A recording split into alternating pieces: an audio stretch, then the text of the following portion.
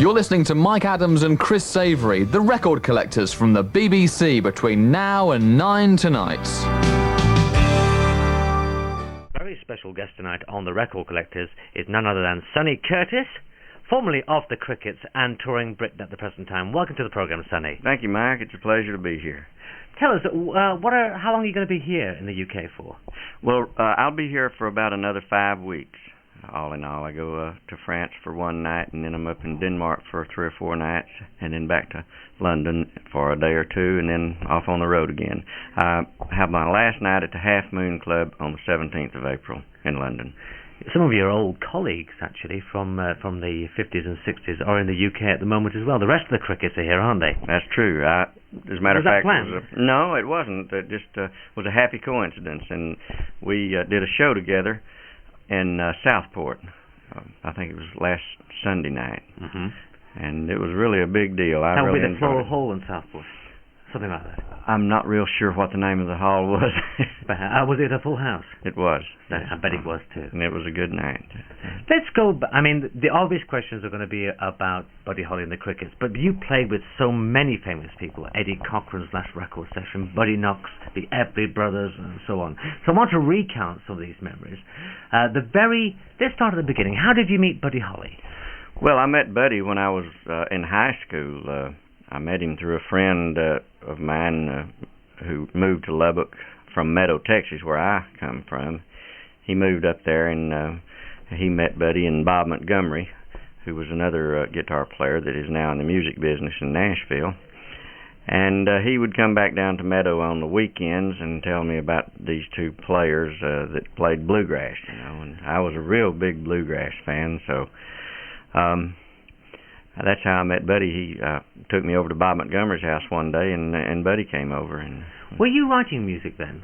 I mean, you started writing. I mean, we know about the hits that you've done later, but were you actually writing or composing at that time? Well, I was trying to compose. I wrote a little bit, but nothing too good. As a matter of fact, I've got a little album that I put together for this tour for the fans that have supported me for so long. It sort of has a living room atmosphere, and I did it in a studio near my house, and I got some farmers from down the road to come over, and we all gathered around the microphone, and I just played old songs, new songs, and the first song I ever wrote, which was when I was about 14 years old, and the album's name is? Oh, it's called Raw, Ready, Able, and Willing, and it's pretty good for what it is. We turned on the machine, and an hour and a half later we had an album, that kind of thing. Now, the album True Love Ways, which is out in the country now, what label is that on? Well, actually, the album is called Spectrum. The song True Love Ways is on the album, and that's on the Colt label. Now, what titles are on this LP? Well, I have, these are all fairly new songs, written by me and some friends of mine. Bob McDill, for instance, a great country writer in America. He wrote one of the tracks. It's called I've Got a Real Old-Fashioned Broken Heart. Bobby Braddock, another great country songwriter, wrote one called It's All in Your Mind. I've got a track on there about Raoul Wallenberg, the Swedish diplomat who was captured in World War II and taken to Russia. And I read a book about Raoul, and I wrote a song about him. It's one of my favorite songs. That's on there. And then Old Rainbow Jukebox and You, which is a song that John Snyder recorded that I wrote. And now I've Got a Heart of Gold, which was released in this country a couple of years ago and was a minor hit for me. And that sort of thing. Well, we were playing a little piece of this album all evening tonight, so I'll just dip in and out of the LP. Well, that'll be nice. Let's go right back. You recorded it with Buddy on the Decca recording sessions in the USA. That was. We actually got them over here on Coral.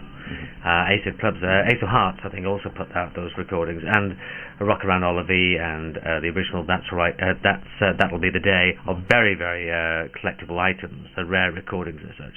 You stopped recording with Buddy around about, was it 56? It was about that period. Yeah, about August of 56. Yeah, and I mean, had it been tough on the road? Not really.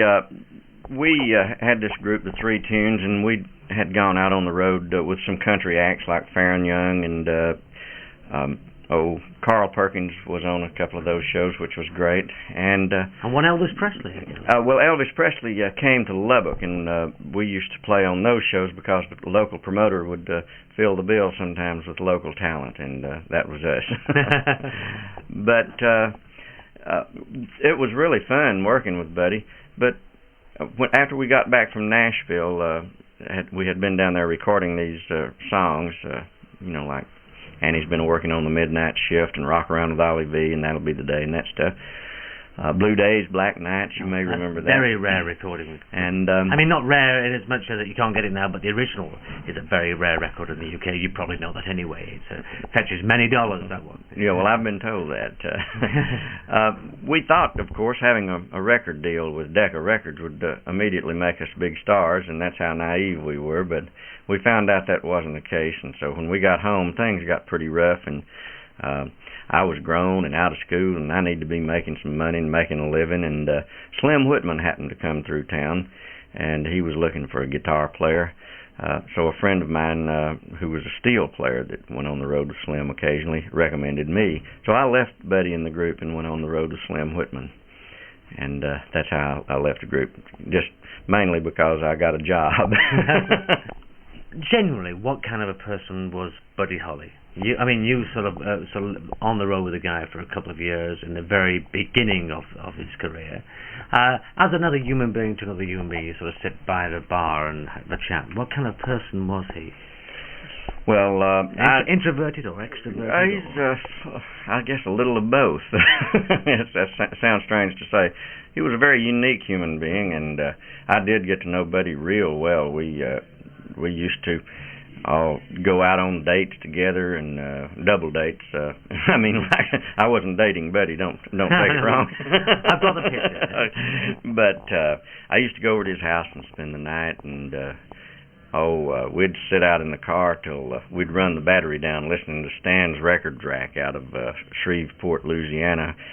They played all this new black music, and we just loved that stuff. And of course, when Elvis came along, we all fell in love with Elvis. Buddy more than anybody, of course. He had a particular vision that seemed to be a little deeper than the rest of us.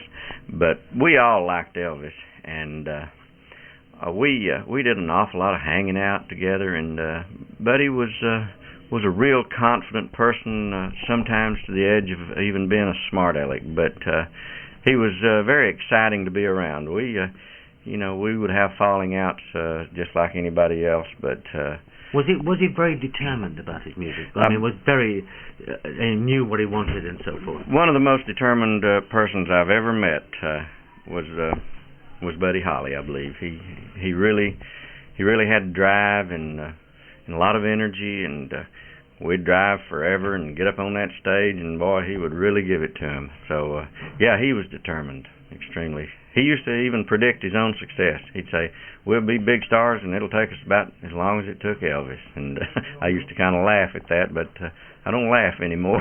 No, actually, the Buddy Holly was bigger in Europe for many years than he was in America. Approximately. In the last sort of 20 years, when the movie The Buddy Holly Story broke in the States, that suddenly sort of brought some recognition to the greatness of Buddy Holly's and his writing and so forth.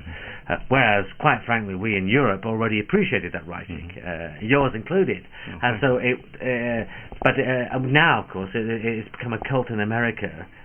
Not quite as big as here, but a fairly big cult into Buddy Holly, isn't there? That's true. I think that his popularity sustained a little longer over here than it did in America. He was a big star in America, but he did fade there for a while, a few years after his death. Whereas over here, I think it sustained a lot longer. But in America, he has finally gotten the recognition that he deserves. He deserves in his own hometown, in particular in Lubbock, Texas. They've erected a big, huge statue, an 8.5 bronze statue to Buddy, and they've overdue. Really overdue, and they've created a walk of fame for local people from that area, and they put stars in there or plaques of some sort in there, and who have gone on to do something in the music industry. and they've got a park in Lubbock called Buddy Holly Park, and so he has finally gotten the recognition he deserves in his own hometown and across the country. He seems to be a lot bigger, and his popularity seems to grow, which amazes me after so long. Philosophically speaking, what sort of things did he talk about? When you get into any deep conversation with Buddy?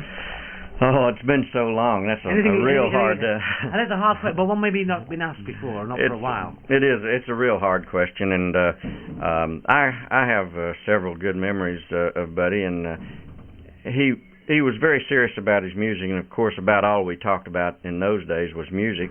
If we weren't playing music, we were talking about it, and those are some of the things I remember. But Buddy was truly a very religious person.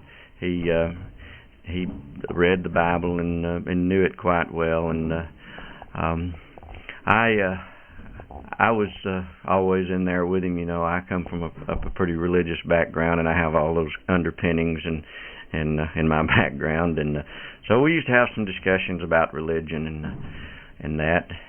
And one thing I remember about Buddy is he loved ghost stories. We used to go off on the road, and Buddy would tell these fantastic ghost stories, and we all sort of enjoyed that, and we'd all tell our favorite ghost story. But I can remember riding down the road with Buddy one night going down from Lubbock to Dallas, and it was Buddy and Bob Montgomery and me and a bass player named Larry Welburn. Name you might recall, and Larry Welburn was in the back seat of the car, and it was dark, and Buddy was telling a ghost story, and it got so scary. Larry Welburn finally got up in the front seat with us, and all four of us in the front seat riding down the road. It must have been a good story. Oh yeah, but those are some of the things that we talked about, and we were really too young, I think, to have much of a philosophy of any sort in those days. I don't really remember what Buddy's political views were, but I'm sure if he'd have lived, he would have certainly developed a strong political view of some sort, because he was real smart, and and he was a doer. He liked to get on and get into the act and create, and he moved to New York so he could not only play music but produce music and that sort of thing. If Buddy was alive today, what do you think he'd be doing?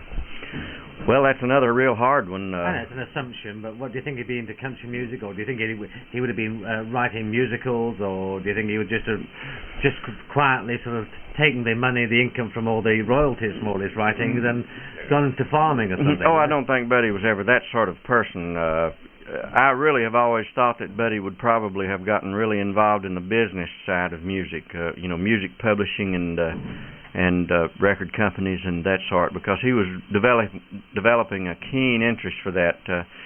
When he moved from Lubbock to New York in 1958, I guess it was, he was far ahead of his time, I think. He realized that he needed to get to where the real heart of the action was. And it wasn't in Lubbock, Texas. It was in New York or Los Angeles or Nashville. Of course, Nashville was the country center in those days, and still is. But it was really far-sighted, I think, of Buddy to move from Lubbock to New York, and he had a real strong vision that seemed to elude the rest of us. Oh, well. Let's talk about, let's move on in time for when you played with the Crickets after 1960, when you actually were involved with the Crickets then. They reformed Crickets. You were promoted to lead singer as such. Well, I wasn't promoted to lead singer right away. Jerry Allison thought that I was much too country. We first had Earl Sinks, and then we had Jerry Naylor, and I was the lead guitar player and sort of a utility singer. I sang harmony and background and that sort of thing. As a matter of fact, you were mentioning Deborah, the song Deborah earlier. Song, yeah. That was me singing that weird bass voice. I really didn't have a bass voice in those days, but I was as close as they could come. I tell you, that is a perfect cue to play the song. And here is Sonny Curtis and Deborah. Well, there we have Sonny Curtis and Deborah. Moving on, you again associated with some sort of tragedy. The last known recording sessions of Eddie Cochran. I know he did some recordings in the UK for the BBC, but last studio recordings, formal recordings, where 3 classic tracks were put down: Three Steps to Heaven, Cherished Memories, and Cut Across Shorty. Yes, I was on those. I didn't know Eddie very well, but we had met. He was real good friends with Jerry Allison and Joe B. Malden because they had been on the road together with the Greatest Show of Stars, whatever year that was. And they got to be terrific friends. And when we moved out to California in 1960, we looked up Eddie Cochran, and he was just recording a new album, and we played on those last 3 tracks. And as a matter of fact, we did that at Gold Star there in L.A., and Gold Star Recording Studio. And Eddie left that night for England at midnight after that recording session to come over here and do this rock and roll tour. I think that he came home for a weekend, but it was a rather long tour, and he came back after that, coming home for that weekend, and that was the tour he was on when he lost his life. We were over here playing with the Everly Brothers. The Crickets were backing the Everly Brothers in those days. Yes. And we were in Leicester the night that Eddie got killed, and he was up in Bath. He had played Bristol. I think. He had played Bristol, I think. The Hippodrome Bristol, driving down to London Airport. I think. Yes, And I think we played there a couple of nights later. As a matter of fact, Sharon Sheely was in the hospital, and Phil and J.I. went over to, I should say J.I., that's Jerry Allison. Yes. They went over to see Sharon in the hospital. And Eddie's body was still here. That's how recent that was after his death. I don't want to get morbid, but anyway. Well, let's just play. What of those 3 tracks did you like the most? Of those 3? Oh, I always liked Three Steps to Heaven. I thought it was real nice. And you played rhythm on that? I played the lead guitar on that. Here we have Eddie Cochran with our special guest tonight, Sonny and Three Steps to Heaven. Well, that was a surprise record, wasn't it? Eddie Cochran on this interview. Let's move forward a little bit in time, because you're due on stage here in Cheshire in a few minutes. We're going to move on. Let's talk about this new LP that you've got out at the present time and the tour that's going on. What are your plans over the next 12 months or so? Well, of course, I've got to complete this tour, and when I get home, I'm going to Kerrville, Texas for the Kerrville Folk Festival, and I'm going to do a club gig down in Austin on Texas University. Then we've got to go back home to Nashville. We've got some tentative dates for the West Coast, San Francisco, San Diego, and L.A. I'm kind of behind on my writing. I've got a little writer's room down on Music Row in Nashville. I need to get down there and get in it. Right. Maybe when you're traveling, you'll hit on a few songs as well. I hope so. You were saying that one of your favourite composers, when we were having a chat earlier, was Paul McCartney. You know Paul, don't you? Well, I've met Paul. I don't know him real well, but I've always been a big, huge fan of Paul McCartney, and yeah. What of all the things that you've written is your favourite piece? Of all the things I've written? Well, I have some various favorites. I like the song Walk Right Back real well. The Straight Life has always been one I've kind of liked. I've got a new song called Old Rainbow Jukebox and You that I really like. On the album, is that? Yes, Well, I think we should play that album, and we should play that track now.